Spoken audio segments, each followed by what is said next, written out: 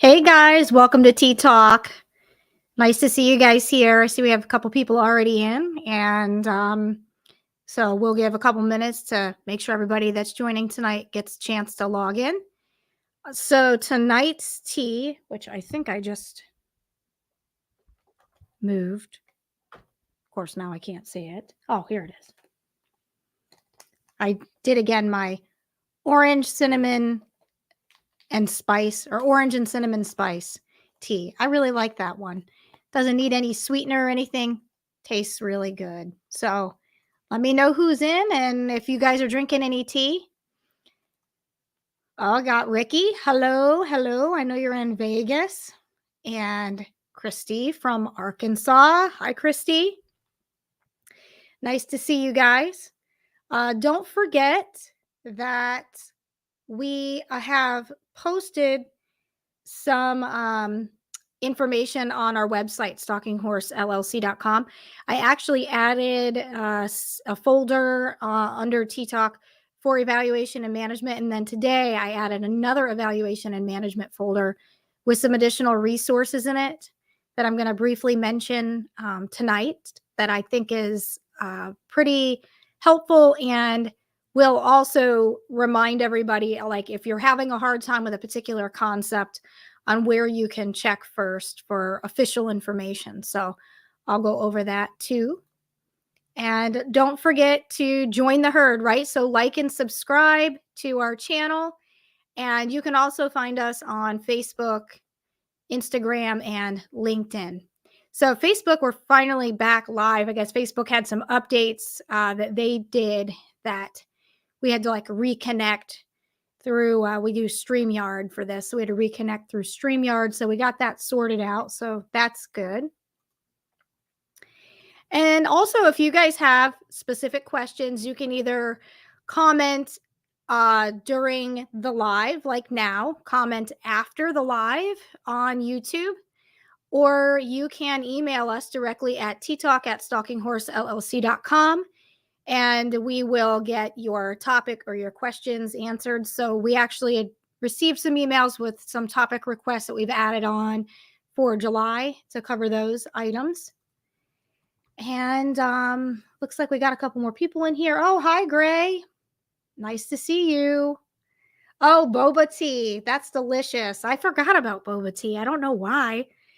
My daughter actually got me to try it a couple of times and then we bought some kind of boba tea pack that we brought home and we put it in you have to keep it in the freezer, but then you take the little packet out. It's got the tea stuff in it and then the boba in it, and you warm up. I think we have to use milk and then you dump it in. It's delicious. It's so good. Hi, Lindsay. Yeah, happy Tea Talk Tuesday. Thanks for joining. Oh, Ricky, no tea today. So we got some wine going on. Yeah, well, I have to drive home after this. No wine for me, just tea. And nothing in the tea at all. So we actually ended up with a question on YouTube from our last Tea Talk about the data element for E&M leveling. And the question was they were basically asking if we could show an example of data that would be extensive. So a high level of data, just an example of that. I did do some digging. I let them know, hey, I'll go over it this coming Tuesday. And so as promised, I have an example here. It's separate from the two cases that we've been working on for the leveling. So this is something separate, just to walk through the data and to show how you may get extensive. And then I can talk through some other examples, but I have one specific example to actually show. Oh, hi, Aline. Welcome back. You haven't missed much yet. Just getting ready to share. So I'm going to do a screen share. And so if you guys have been following along with your E&M leveling sheet, you can feel free to pull that out and look at that data element, because we're just going to go over that example before we jump into the risk element, which is our last one, and which is what we're going to mainly cover tonight. So let me go ahead and just try to screen share.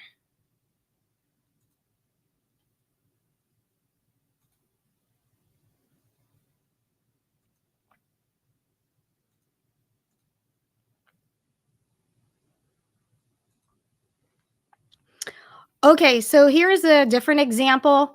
I'm just going to run through and talk about data as we run through this. So this is a 50-year-old male, known chronic combined heart failure, on a medication, also dilated cardiomyopathy, hypertension, hyperlipidemia, diabetes type 1 on insulin. They had a TTE in May with some findings here, a heart cath with some findings, complaints of lower extremity edema, talks about how long they can walk until pain. We see physical exam here, and then studies, procedures, testing reviewed during this encounter. So obviously, I have control over this particular example, and someone had asked for something specific. So I wanted to make certain aspects of it clear. So the first thing is that I want to point out, I did make a note. It said during this encounter. So one of the things that providers tend to sort of not credit themselves is, or potentially overcredit. Sometimes they'll carry over testing and information from one visit to another, right? So copy and paste, or just pushes through, carries in, and softwares make that very easy. And it's not that we're not allowed to use those specific functions or tools within the software, the EHR, but we have to use them appropriately and make sure that it's updated. So anything that we may give credit for from a data perspective, we also have to make sure it's not just being constantly carried forward, because just because something is embedded in the note doesn't mean it was necessarily reviewed during that encounter. So with this note, I specifically put during this encounter, reviewed during this encounter. This way we know what we're counting toward data.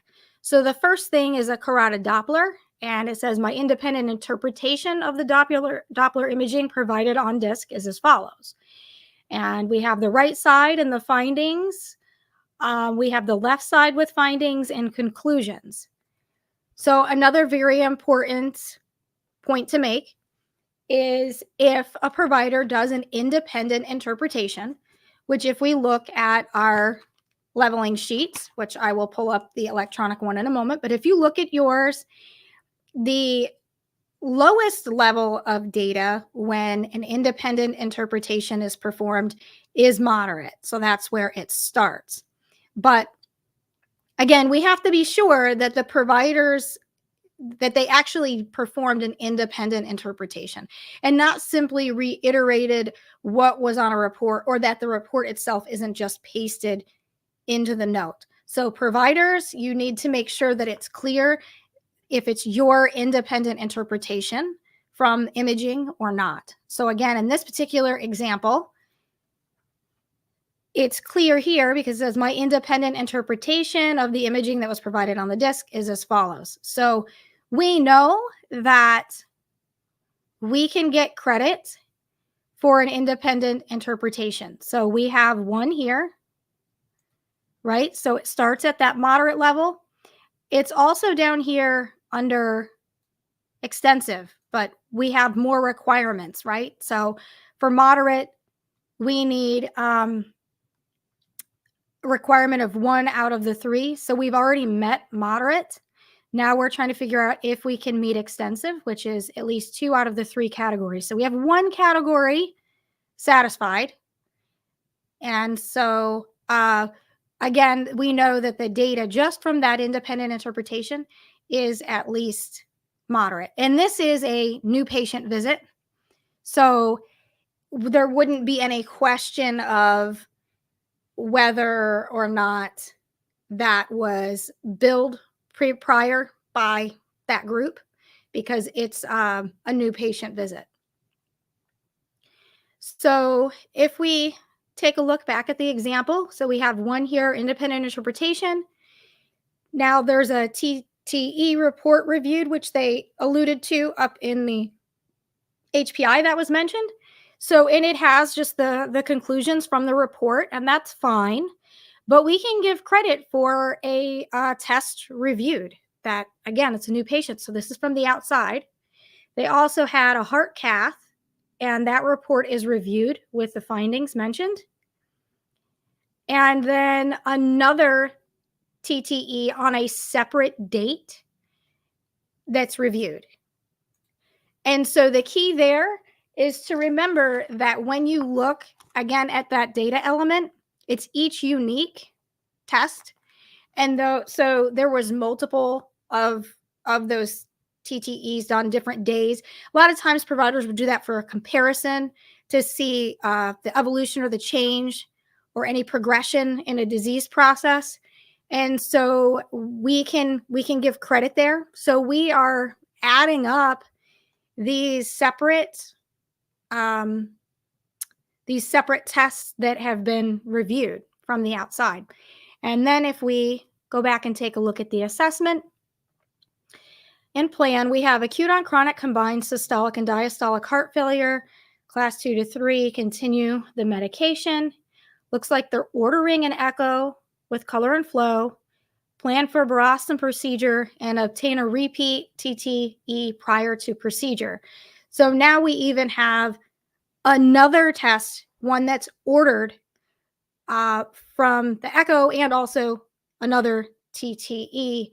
So if we take a look at our leveling sheet here, we have multiple tests reviewed, and we have 2 ordered and multiple reviewed. So we have more than 3 actually in this section. So we meet category 1, we've met that, and we've met category 2.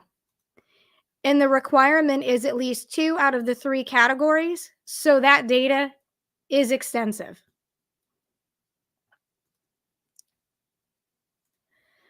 So that's an example. That one was cardiology, but it actually can happen in any specialty, really. Primary care, let's say, for example, 3 labs might be ordered, that each lab may be unique. It's represented by a different CPT code.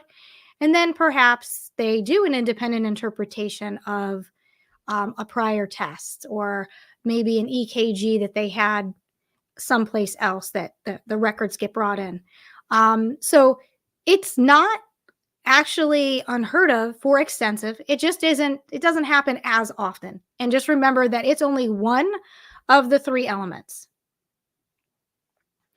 So seeing some comments here. So Ricky, looks like this doctor is pretty clear and thorough. Well, yeah, but I kind of messed with the documentation to kind of shorten it up a little bit, made it look a little more clean, and yeah, easier to code that documentation. So with providers, again, those recommendations are, make sure your independent interpretation is clear, that you've performed it, that you just didn't simply reiterate what the findings were, right? If you did that, that's not an independent interpretation. And also, if you're billing separately for that test, you're not going to count it in data. And make sure you give yourself credit. If you're reviewing records from an outside source, if you're reviewing tests from an outside source, just make sure this isn't a carryover situation. If that gets caught up in an audit, that can cause issue where they will not, give you credit for that. So just, try to be as clear as possible as to what was reviewed during that specific encounter. And a lot of times it helps if you wrap it up within the plan of care. So in the assessment and plan, a lot of times we'll see, in particular with specialists, where they kind of do like a summary of what again went on. Some providers tend to stick that in the HPI. I don't know why. I wish they wouldn't do that, because again, the HPI is really supposed to be subjective. It's a history of present illness, so that information is supposed to be obtained from the patient. So we'd want to see the provider's information documented more in like a discussion in the assessment and plan. So that would be, and I like gold star documentation. So hopefully that example helps. And yeah, Ricky thought it looked very clean. Yeah, yeah.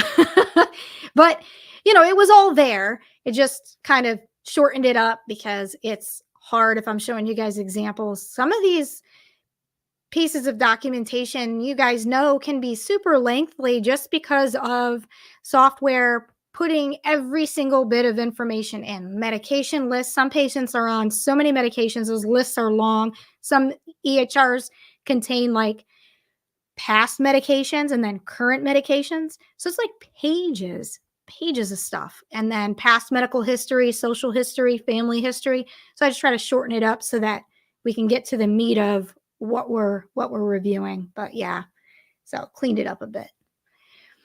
So if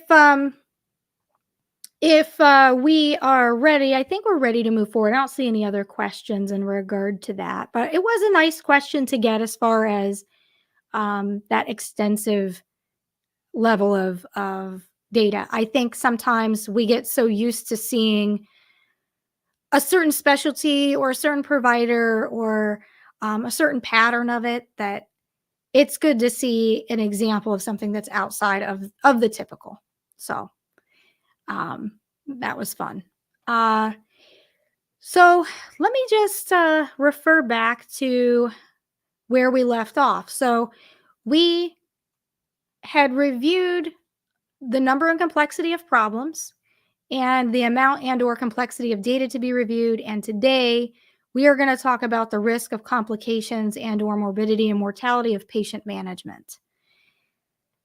So this, again, like the others, is like one of those elements where you think when you're jumping into it, like, oh, okay, this is going to be like straightforward and whatnot. And then like the more you start thinking on it, the more you realize like you could just dedicate like an hour and a half to talking about it. Don't worry, I'm not going to yap your ear off that much unless you guys have questions. You keep asking questions, I'll stay and talk some tea. But we'll try to narrow this down to, keep it within an hour. It's funny because I was just talking after last week's Tea Talk about how most clients will put in a request for education on evaluation and management services. And one of the criteria is, we'd like you to try to keep it under an hour. And it's like, yikes. There's so much to go over, especially if this is new to the providers or if they're struggling and there's difficulty. We've had, over the past couple of weeks with these Tea Talks, we've spent an hour on each element. And I just went back over a piece of data from last week's talk. So definitely could be, it's hard. It's hard to cut it down to an hour. All right. So let's talk about this risk element. Let me make this a little bit bigger for you guys.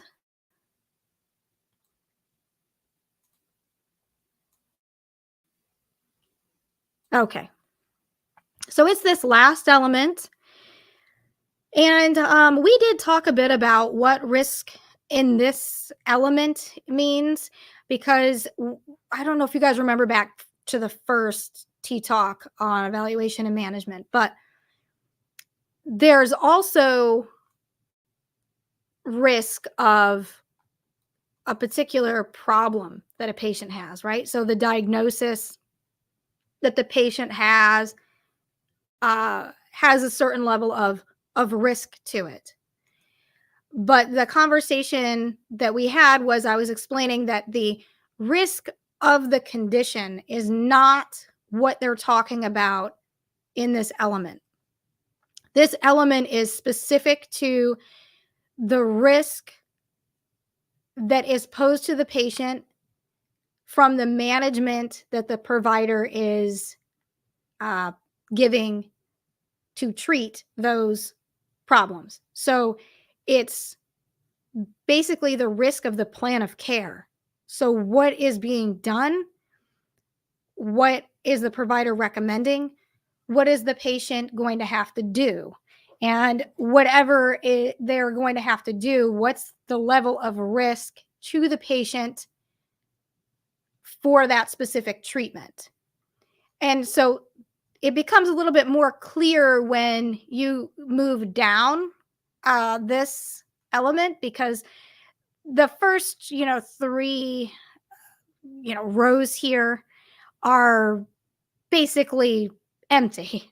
Like we have NA, which is for a nurse visit because the provider presence isn't necessary. So then we have minimal risk, but they don't give any examples. So minimal risk of morbidity from additional diagnostic testing or treatment, but they don't give examples here. Then we have low risk of morbidity from additional diagnostic testing or treatment, and they don't give specific examples here either. But under moderate and high, they start to get a little bit more specific. So, moderate risk of morbidity from additional diagnostic testing or treatment. The first thing that it includes is prescription drug management. So, that's a pure example of that, right? Of what I was explaining. If the patient comes in and their complaint is that they're a little bit short of breath, they have a cough, they're seen, the provider says, "Oh, you have bronchitis. I'm going to put you on an antibiotic."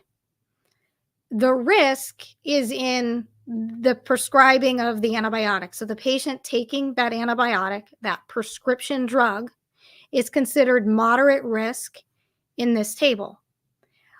Versus if they sent them to get an x-ray or get labs drawn, the risk of those types of procedures would be less than that of someone going on a prescription drug. So a prescription drug is a drug that you cannot obtain over the counter.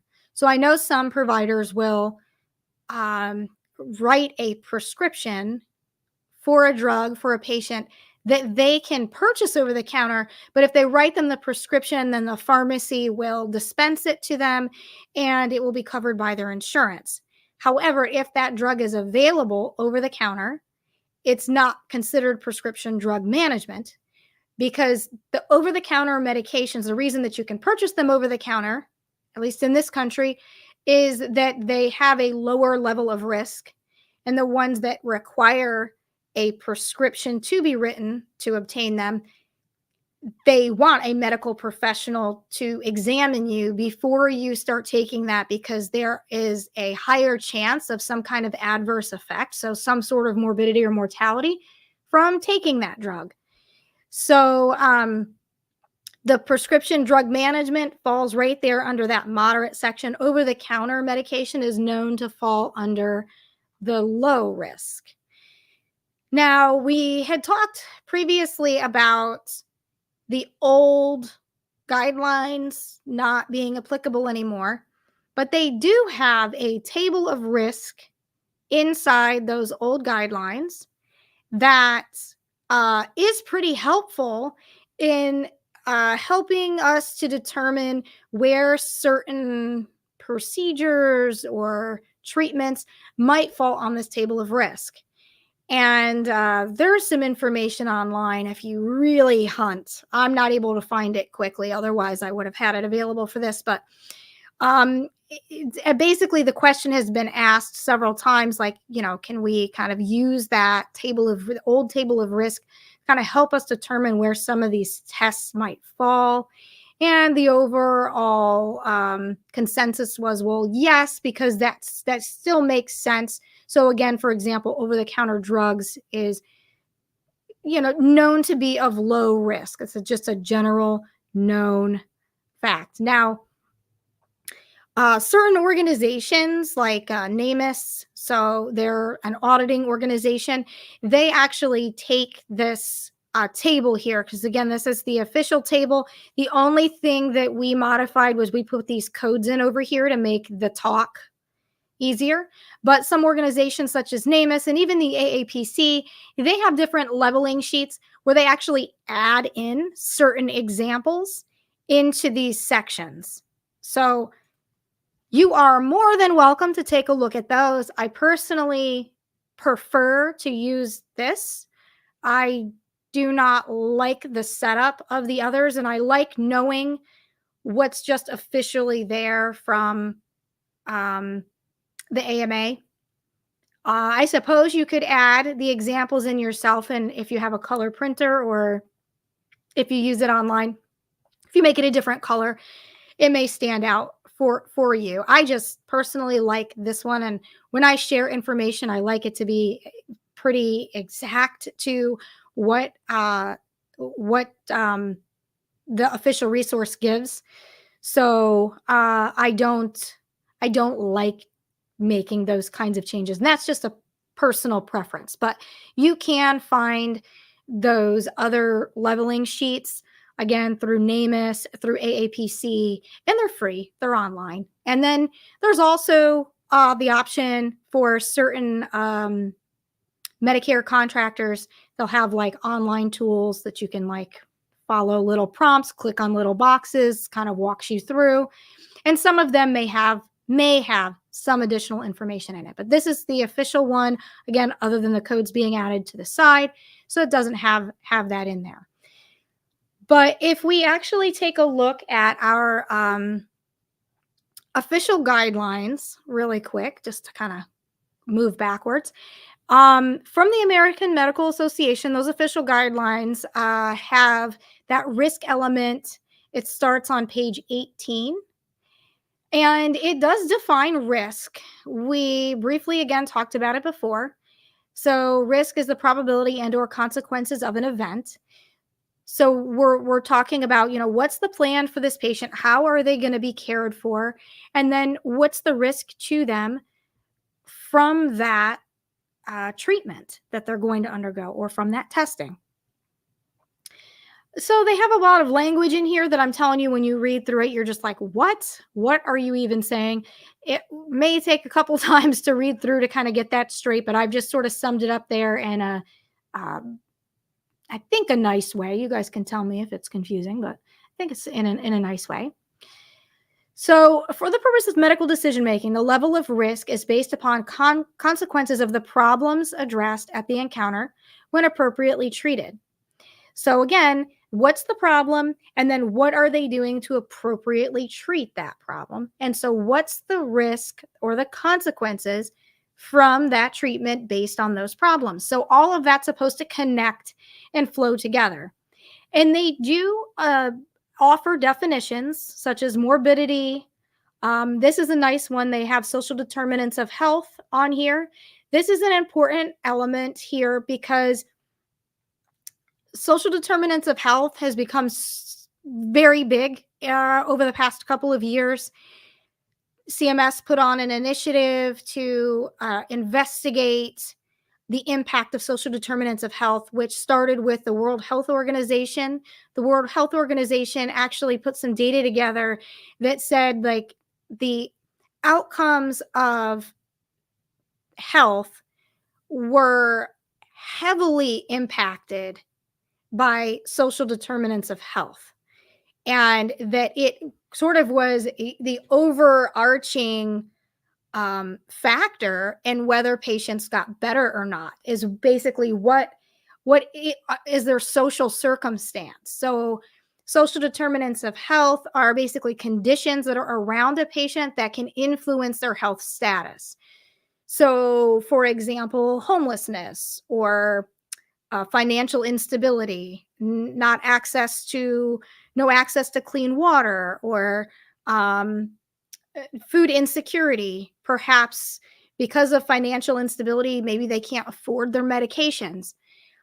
Even family support, social isolation, those types of things. So those have a huge impact on health. I think common sense would tell us that, but the World Health Organization actually drilled it down and came up with some numbers and some percentages of impact based on it. So CMS investigated that. So Centers for Medicare and Medicaid Services jumped on that and then wanted some more studies to be conducted.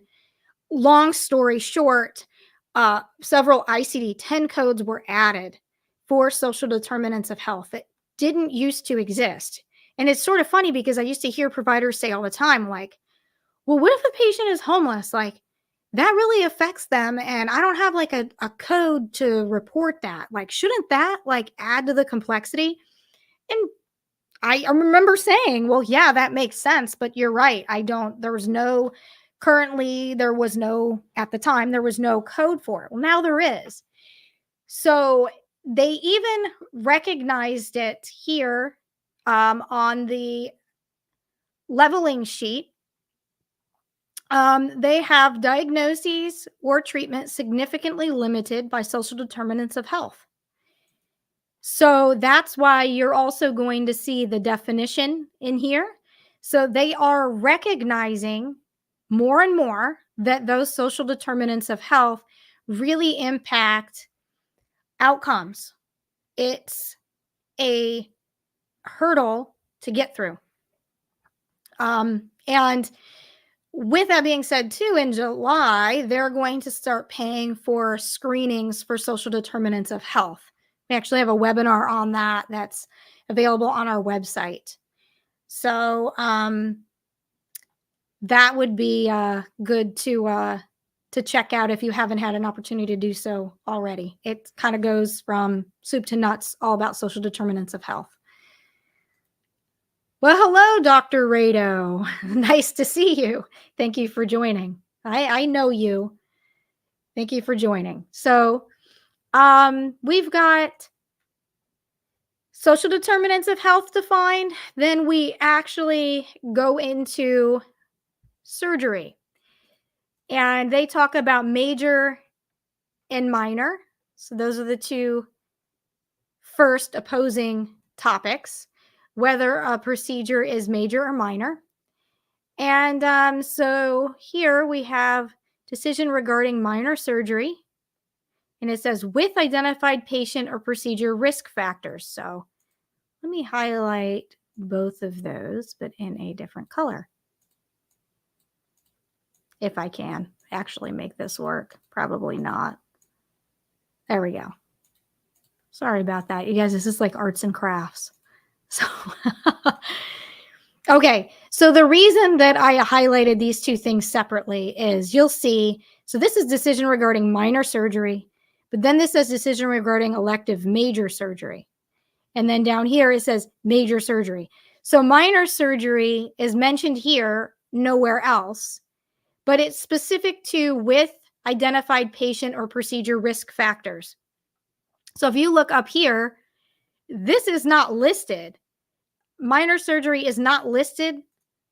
Minor surgery is not listed under low, right? But the part of the criteria for it to be moderate is if there is identified patient or procedure risk factors. So if there are no risk factors identified that's specific to the patient for that procedure, then it would drop down to low. So you'd be amazed at the crazy scenarios that come up with that. And also provider interpretation of that is super important because this is one of those pieces that providers instinctively know in their head. They just naturally know what the risk is. They know what risk factors that patient has for that procedure. They don't always think to document it. And then when they think they are, typically they'll say something like risk and benefits discussed with the patient. Patient agrees to proceed, or risk discussed. But you have to be specific. So they do state that it has to be specific to that patient and that procedure.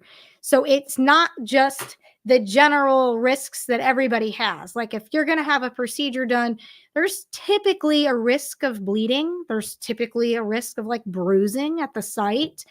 Those standard risks that just exist for everyone, that's not what they're talking about here. Otherwise, all of them would just be moderate, right? There wouldn't be that distinction that's being made there for with identified patient or procedure risk factors. So, an example might be that one patient may be at more risk because they're a diabetic, and that diabetes could impact their healing, could delay healing, could put them at risk for infection. So there could be another condition which the patient has that puts them at risk. So it's a specific patient risk factor that they have that would allow for that moderate level of risk to be assigned. So the key is the provider documenting specifically for that patient. And so I would recommend they say, risk factors for this patient include, X, Y, and Z. This was thoroughly discussed with the patient, and patient either agrees or opts out of having the procedure, because sometimes that happens too. So that's another point to make. Just because a patient may say, no, I don't want that procedure done, I've decided I want to wait, doesn't mean that the provider doesn't get credit for it. If they've discussed it, it was part of their treatment plan, they went over the information with the patient, they can get credit for that level of risk. The patient's ultimate decision doesn't take away from the work that was required for the provider to go through. So you are allowed to still give them credit for that. I actually had that happen with me. There was a minor procedure, and it's sort of funny because this specialist, I think, just sort of assumed I would just be like, oh, okay. And I was like, no, I don't want to do that. So just because I didn't want to do it didn't mean that they didn't get credit for, going over that information with me and that treatment that they recommended. Same thing where if they're going to prescribe a medication, I've also had that happen where a medication was offered and I said, I want to wait. I don't want to start that medication right now. Let's see what happens in, X amount of time or whatever. When I do some more research and I feel more comfortable, you can tell I'm a pain in the neck patient, right? So, but they would still get credit for that prescription drug management in that example. Just because the patient changes their mind or doesn't want to proceed with that plan doesn't mean that the provider doesn't get credit. So the risk factors situation, if you guys have any questions about that, please let me know. But after the risk factors for that minor procedure, then the next question would naturally be, well, what's the difference between minor and major surgery or minor and major procedures? So I just rolling my eyes because I really wish that they had given us some really great examples, and they don't. They essentially just say in these in these guidelines that it's major and minor mean what is generally understood in the medical profession as the procedure being major or minor to the trained providers in that specific area. So some of it is common sense, and then other bit of it ends up being, if you're in a specific specialty, really understanding those specific procedures that are being performed, and then perhaps sometimes even having conversation if you're not familiar with it, with one of the clinical providers to make that distinction and determination. So they're not super specific. So I'll show you here. So they say the classification of surgery into minor or major is based on the common meaning of such terms when used by trained clinicians, similar to the use of the term risk. These terms are not defined by a surgical package classification.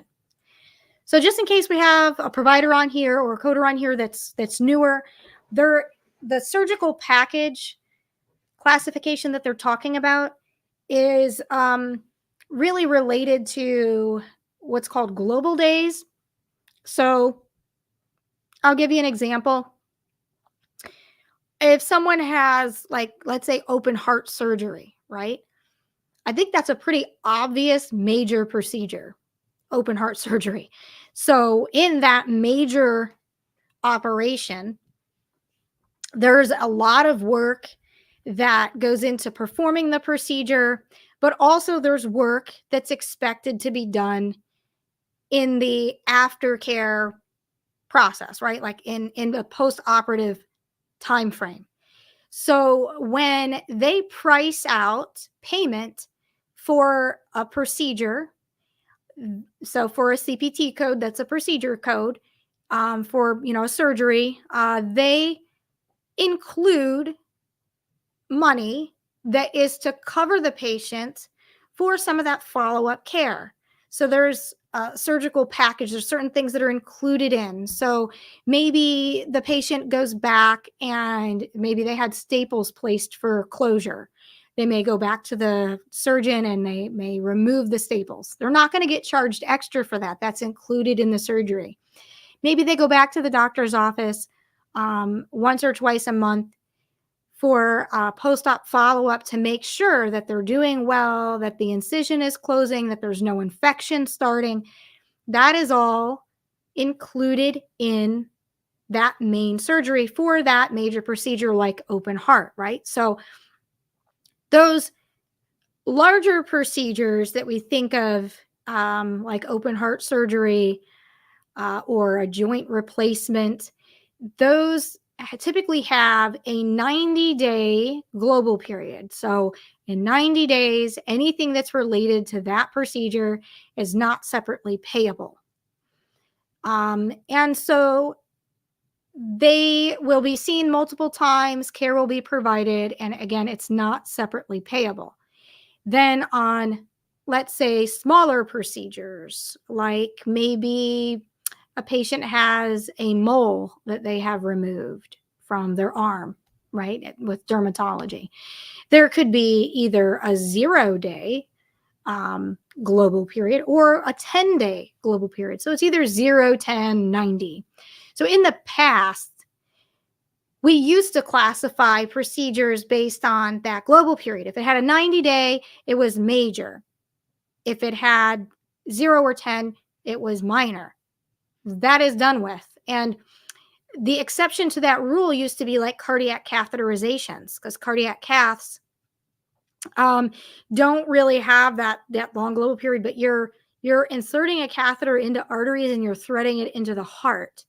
So again, like, that's a pretty big deal. That's a major procedure. So it isn't related to global day, but it's related to the type of procedure. So just get familiar with the types of procedures that your specialty performs and what those are considered based on trained clinicians within that specialty. Again, a lot of it is common sense, and you can also look into those specific procedures and see in general terms whether they're major or minor. It's not that complicated. It just, again, would be nice to have some of those examples. So if we know then if it's major or minor, the first major surgery piece is here. So this says decision regarding elective, which is also a little different. Decision regarding elective major surgery. And then this says without, I can highlight it, without identified patient or procedure risk factors. So there comes that again. So there's two things to consider there. If it's a major procedure, is it elective? So, an elective versus emergency, again, should typically be pretty obvious. Elective would be non-emergent. It can be planned out, scheduled. An emergent or urgent procedure, that timing should be in a very short period of time or immediate. And if it is urgent. I have actually seen situations where I'm looking and I'm like, oh, well, based on what was going on with this patient, it seems like this was urgent or emergent, but I can't tell. And in some of the notes, I couldn't tell in an audit situation when it was scheduled. So for the providers, I think it's always helpful to state if it is urgent or emergent, and when it's planned to be scheduled for. That is extraordinarily helpful in supporting where that would fall regarding whether it's elective or an emergency. Most in the office setting are going to be um, elective and could be scheduled a week or two out. And so that's that first piece of criteria. And then again, with the second part was without identified patient or procedure risk factors. So going back to, is there anything specific to this patient regarding this specific procedure that puts them at higher risk, or they have certain risk factors that are, again, outside of the normal, hey, risk of bleeding, just the normal stuff that anybody would be at risk for. So we would want to make sure that that's documented. So if the major surgery is elective and there's no identified risk factors, it meets here at the moderate. However, if it's elective with identified risk factors, it's high risk. Or if it's an emergency major surgery here, so if it's an emergency, then that's also high risk. So I think that probably makes pretty good sense, right? And so with that, I think we've actually covered the whole moderate section. So I'm going to go just take my highlights off here. Let's see here.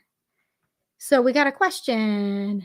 Oh, and a comment. So, haha, I tell my doctor no all the time. Yeah, well,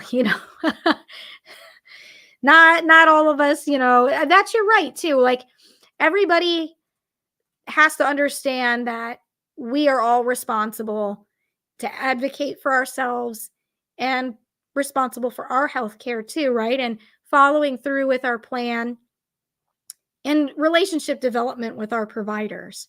So, if you don't express your concerns or feelings with your doctor, that's not really going to help, right? So you want to make sure you are open and discuss with them, or if you have any hesitancy about the plan or a medication, it's better to have that conversation than to just unilaterally make a decision and then they don't know. Then they might not be able to kind of put the puzzle together in the next visit. So it is important to tell them you're maybe not in agreement or not ready for that plan. All right, so another question from Ricky. Okay, would they consider a transplant surgery to be elective since you have to wait a long time for an organ? Oh, man, I don't think anybody's ever asked me that question before. I'm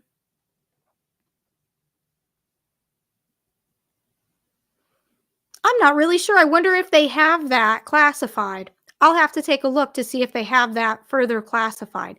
But I think like they would schedule that out anyway for a week or a month, and you get on a list and you wait. I think the instance in which it would be urgent or emergent would be if the patient is decompensating or decompensated to the point that they're admitted, they're in the hospital, and they're basically going to expire. They're going to pass unless they urgently or emergently have that performed now. So that's what I would think, but I'll see for the next Tea Talk if I can actually find anything on that specifically, because I'm not sure if I've seen that anywhere in black and white. And so Lindsay says it could also be emergent due to the status of the patient. Right. Yeah, that's true. So like even sometimes, like I had mentioned an open heart surgery before, and I think that's a good example too, because that one could be like, oh, hey, you need this, but we could schedule it in a week or two. versus there's some patients where they say like you have a impending heart attack, like you could have a heart attack at any moment. You need to get over to the hospital like now, and we need to do this. And even like in vascular surgery, we see that too, with carotids, like people that are at risk, really high risk for a stroke. They may tell them immediately to go over. They want to admit them and then go ahead and perform the procedure right away. So, Ricky, I have no idea what this emoji is. I'm getting closer trying to see. I can't tell what that is. Is that disappointment? Aw, I'm not sure. What's that emoji mean? I can't tell. But they're not very good if we look back at this at giving us like, clear examples from the AMA. Again, in prior rules, which I'll try to pull up before we jump off, but sometimes the StreamYard tends to run a little slow, so I'll forewarn you guys before I try to pull that up. Oh, it's a thinking emoji. Aha. Okay.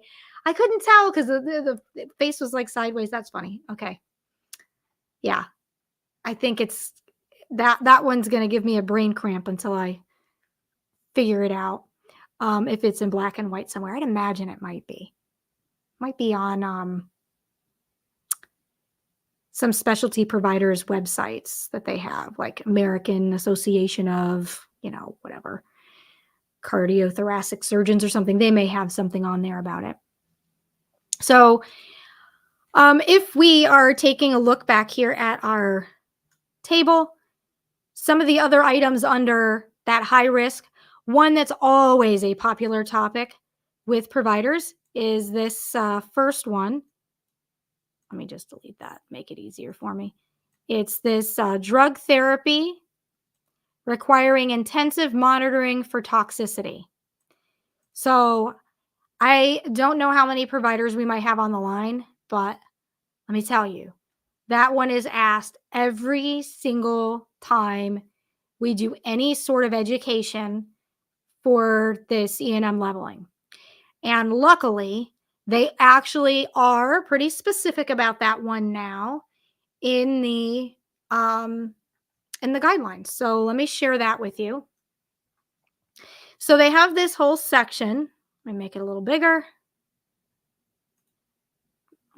yet.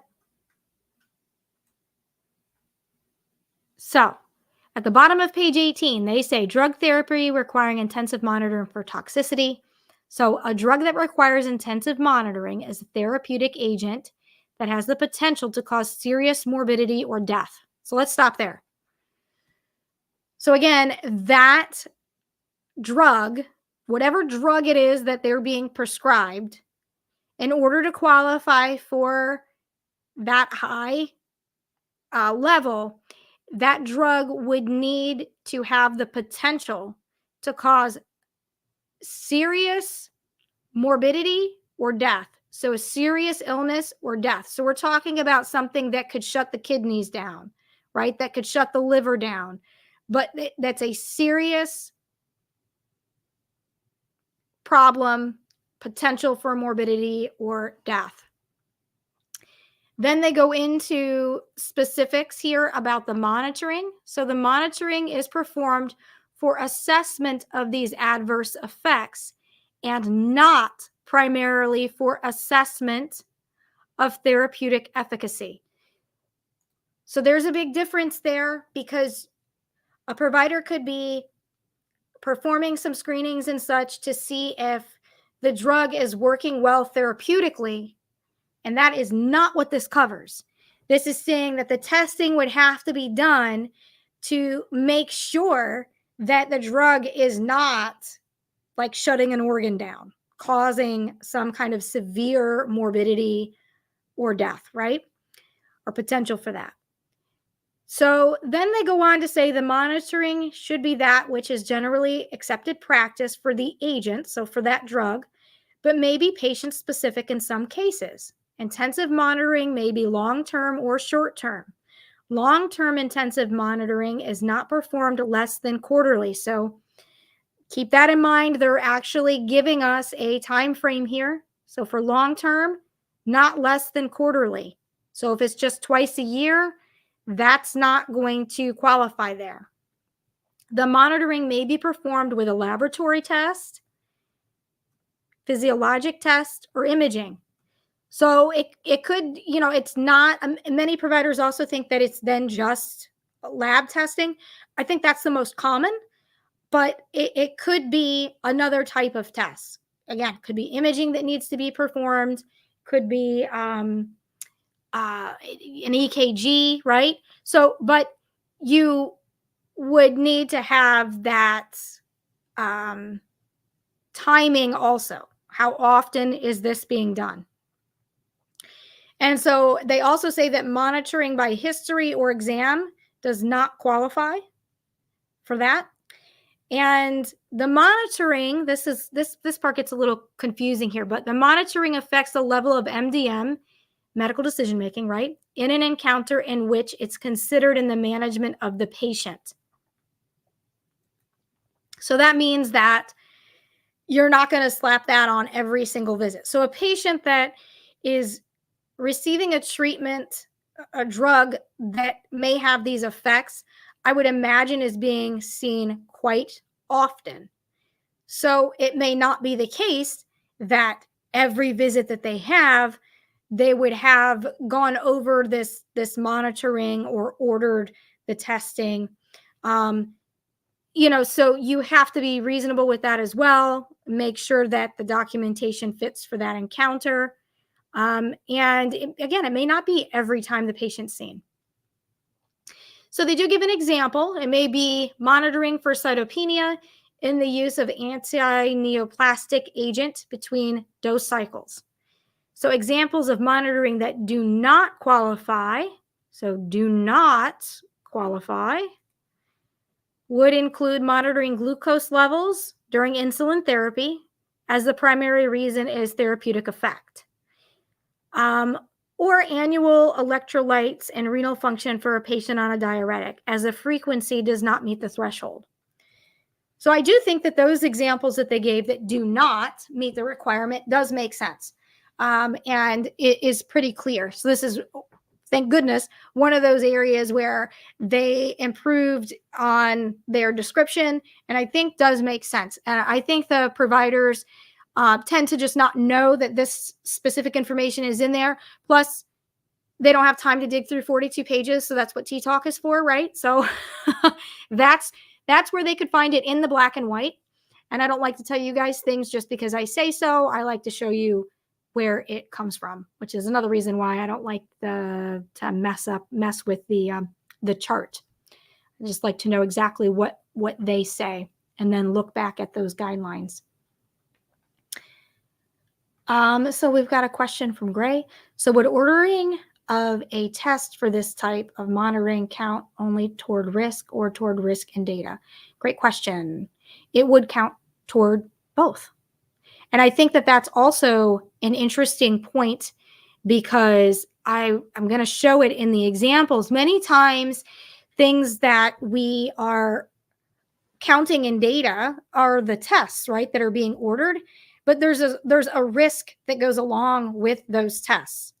So that also goes over into that level of risk. So it's part of the plan. So if it's an MRI or an X-ray, right, the patient is being exposed to some form of, radiation or whatever. So there is a certain level of risk of undergoing that. There's a certain level of risk of having a venipuncture done for lab work. Small, but there's a certain level of risk. So they do kind of push over in that way. They're just not counted the same. So it is sort of weird, right? Because it makes you think like, am I like double dipping? Would I be double dipping? But you wouldn't be. They're two separate things, right? Like they had to make the decision. They're ordering this. They're getting the data credit for that.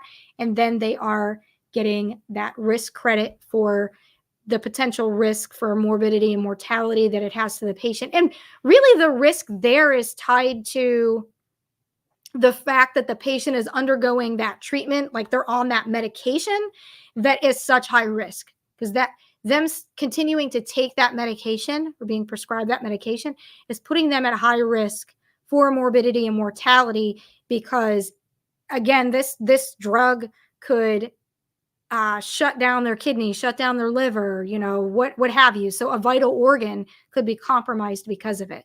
So in that way, it's different. And again, like with the X-rays or the venipuncture, it's what the effect of that the treatment may have on the patient. So that's really what that risk is centered around. It's not really the risk of the condition, right? It's the risk of the plan that they're undergoing. So hopefully that makes sense to you. Thank you for the question. Great question. So let me pull back up our table here. So we also had discussed the decision regarding emergency major surgery. We did talk about that. So that's here. Then there's decision regarding hospitalization. Then if they're in the hospital, there's escalation of hospital level care. But so decision regarding hospitalization. This is also something that some providers forget to document. Patients like myself can be stubborn sometimes. And if a provider discusses with them going to the hospital, but the patient refuses, they still can get credit for that high level of risk. But that discussion would need to be documented, right? So it would need to be clear that that occurred so that we would understand, hey, this patient is at high risk for morbidity and mortality. The provider is like recommending they go over to the hospital, they be admitted. The patient is refusing to go. So this is what the provider then said. So they would still get credit for that. Then there's also decision for do not resuscitate or to de-escalate care because of poor prognosis. So those are, typically you do see that in oncology quite a bit. They may end up in hospice care. It could be patient preference. So again, the key is this documented? Do we understand that this is what's going on? And the provider just remembering to make that clear, get it in there. And the last but not least little tidbit here is, I always say this wrong, parenteral controlled substances. I always say that word wrong. Pardon me, I have to slow down and think about it. But we also get questions about that.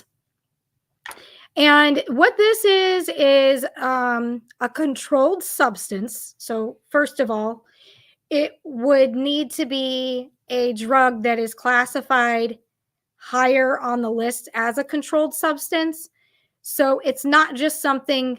I had one provider say, well, a prescription, they're considered controlled. No, they're talking about things like it's drugs like Dilaudid or morphine, those types of controlled substances. And it's any route that's basically not orally taken. So you mostly will see that in the hospital setting, where provider sees a patient there and then they're ordering pain medication through an IV. That's the typical case that you would see. So it would be the provider who is managing that, ordering it, that would get credit for that. Now, there are some times where there are some substances, particularly in behavioral health sometimes, where there are certain inhalants that a patient can get.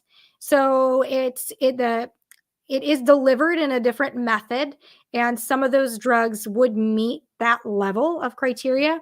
But typically speaking, in the office setting, you're not really going to see that. So if anybody has a specific question around those for the office setting, let me know and I will look at it. I don't know off the top of my head all the drug classifications.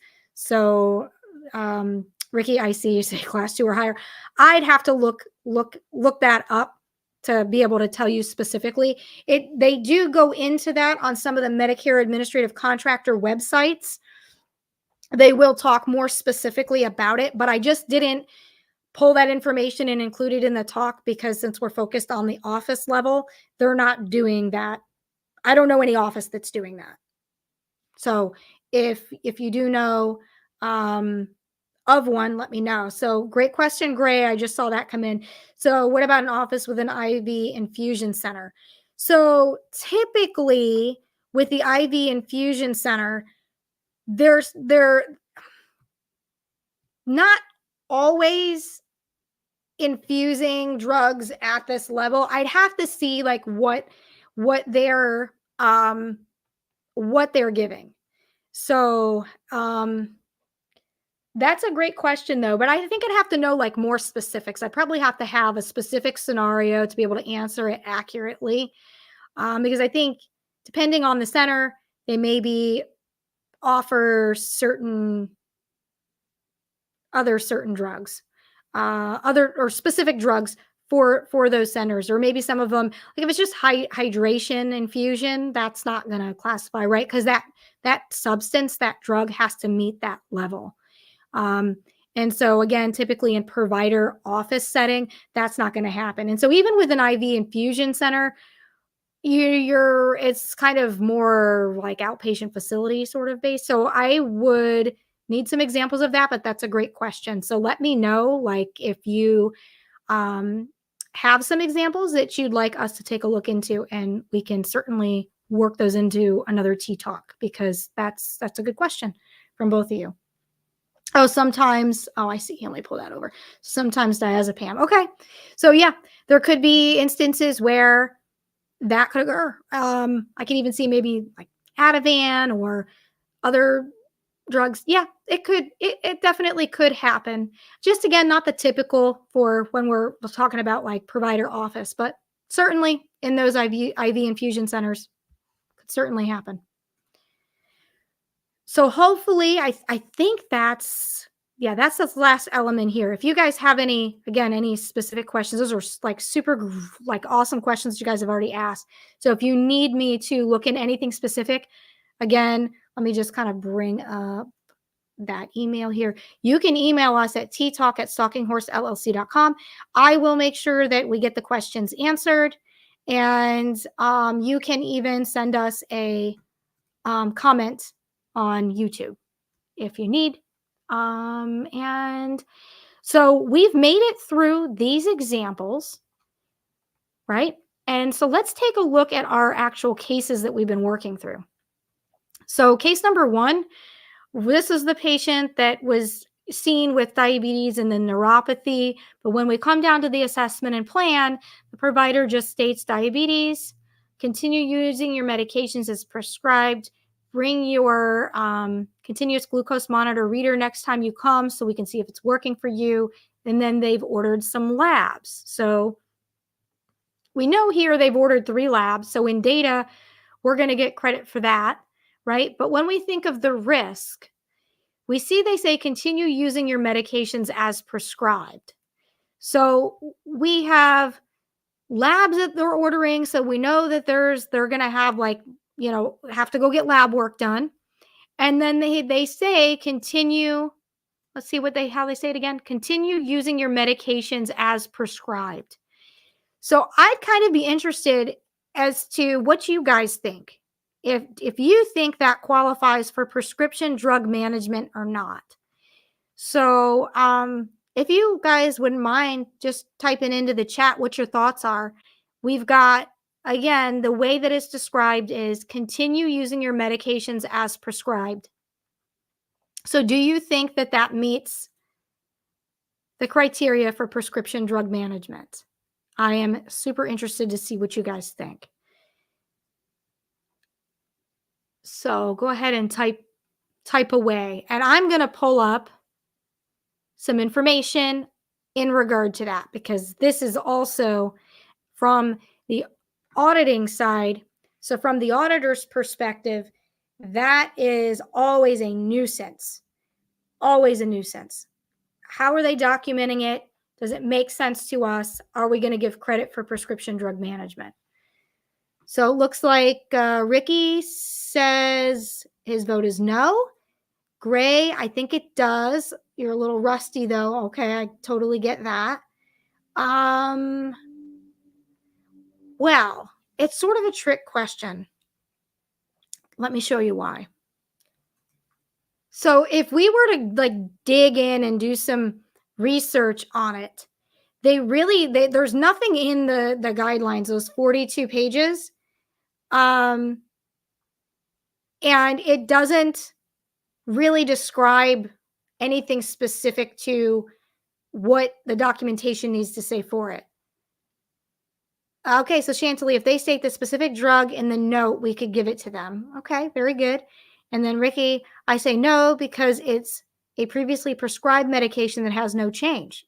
Interesting point of view. So if we did some research and we wanted to look at some organizations that could be credible, one organization that sometimes is helpful is the MGMA. So they're a medical like management association that they have different how do I want to word it? Like different like sections or parts to their organization. Like they have a whole advocacy side that advocates for providers and will go and try to get bills passed, laws passed, or changed to advocate for providers. But they also have like forums. They put on conferences.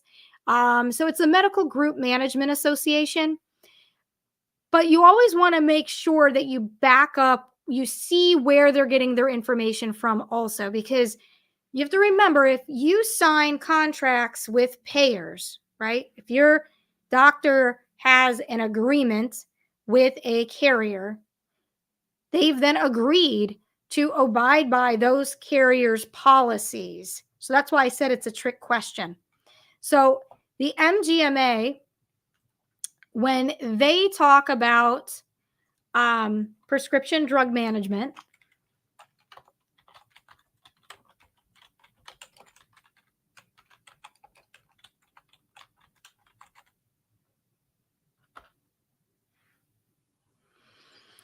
so they have what is prescription drug management. So prescription drug management is based on documented evidence that the provider has evaluated the patient's medications as a part of a service.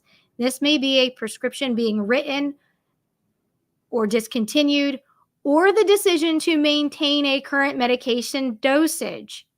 So in this example, continue using your medications as prescribed. You could kind of argue that, right? You could kind of argue, hey, this is a decision to maintain current medication dosage. You could sort of argue that. So this is one that a provider, of course, is going to argue and say, no, that's prescription drug management. So you would need to probably look into that a little bit further. They say simply listing current medications is not considered prescription drug management. So if you went a little bit further than that, let's say that you are trying to get an answer for a provider. One of the Medicare administrative contractors is Novitas Solutions. And they have a section that is for frequently asked questions for top practitioner questions. This is the link to the site. So I should probably stop here for a second and just let you guys know that on our website, I put the MGMA document, this document, and the third document that I'm going to share with you up there with the links at the top so that you could click on the link to go straight to the source to see this information. Usually I take these and I switch them into a PDF and then I show them to you guys that way and then I put the PDF on there. However, when I was doing that, for some reason it was cutting off some of the information. So I ended up having to paste it in Word, but put the link at the top. So you can click on the link. You can go to our website, stalkinghorsellc.com. It'll be under Tea Talk, and you could see these documents, and you can click on the link at the top to get you into where this information is. But if I go into this document and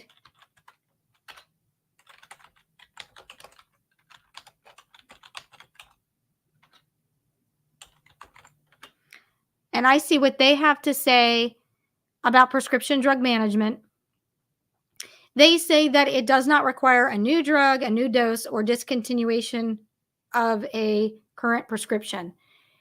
It says that the medical record will show the physician work to determine the medical necessity of the prescription drugs. So I'm just going to say that this is very vague. The reason I included this in there, and you'll see more if you take a look at that specifically from the site. This is supposed to be for providers. I don't like the way they did this because they made that very open. So it doesn't tell the provider specifically what should be documented if it's truly prescription drug management. They just say the record will show physician work. Well, I think the physicians are asking, how do I show that work? How do you want me to show you that I've done that work? So interestingly, when you look at their other document, which is evaluation and management frequently asked questions, which is not specific to the providers, right? So the other one was specific to providers. It was like frequently asked questions for the medical providers. This is not. And on this document, it's more specific. So it says, when can prescription drug management be credited in the medical decision-making risk of complications in the chart? So it says it can be given when the documentation indicates medical management of the prescription drug by the physician who is rendering the service. Medical management includes a new drug being prescribed, a change to an existing prescription, or simply refilling a current medication. But here's the key. The drug and dosage should be documented as well as the drug management. So, Ricky, your comment, because I saw that you came back and said, oh, I'm wrong. Right? No, you're not wrong, but you're not necessarily right. So that's where it gets a little bit crazy. So Novitas Solutions is a Medicare administrative contractor that is over certain areas of the United States. So again, I go back to like, this is why it's a pain when you're auditing. When you're in a specific area, you want to make sure you know what they're looking for, because if they're going to audit your providers, or if you are a provider and you're like, okay, well, I'm going to make sure for Medicare that, I'm doing this right. You're going to want to make sure on your Max website, what do they say? But it can be tricky because both of those documents that I just showed you that I have up on our website are from the same contractor, but they were just found in different sections. So they get more specific in this general frequently asked questions section than they did in the other one, which I really don't like that. I wish that they maintained that same position. So we always recommend to the providers, we always stress, like, you want to document the drug, the dosage, and what you're telling the patient to do. That just ensures you're going to meet that higher standard so that there's not going to be a question as to whether your documentation supports it or not. And many of the EHRs make it pretty simple for you to connect a drug. Not all of them do, so I'm not going to, act like all of them are perfect. They're not, but many of them make that connection easier within the assessment. So we highly would recommend that you do that. So with our example, right, depending on where they are, may depend on whether or not they would get credit for this during an audit from, let's say, Medicare, right? So if they were able to get credit for it, it would be under moderate. If they weren't, I would go to low for the lab work and whatnot that's documented there for the different labs that they have to have done. Either, there's really not that much risk documented for that patient. And again, for this specific case example, I feel that it's not well documented. This would be, this one is like the star winner of, hey, let's improve this documentation. Let's use this example and say, what else can we do here to improve upon this. There's a lot more going on here than meets the eye. This provider just did not give themselves enough credit for the work that they must have done during that visit. But, we have to go based on what's documented. So I know we're running over with time. So for the second example, let's just pull down into the assessment and plan. So we had the patient with heart failure with a reduced ejection fraction. So plan 1, decrease this medication to 25 milligrams due to getting low BPs and feeling like it's going to pass out. Continue this medication at 25, restart this medication, and continue to follow up as scheduled. And then for the cardiomyopathy, there's several labs ordered.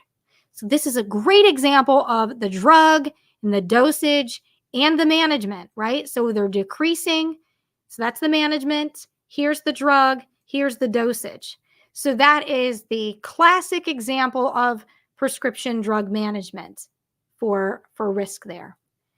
So hopefully you guys have found that helpful. I know we've run over the typical time that we usually go. Yeah, your brain is exploding, right? Brain scrambled. Yeah, me too. So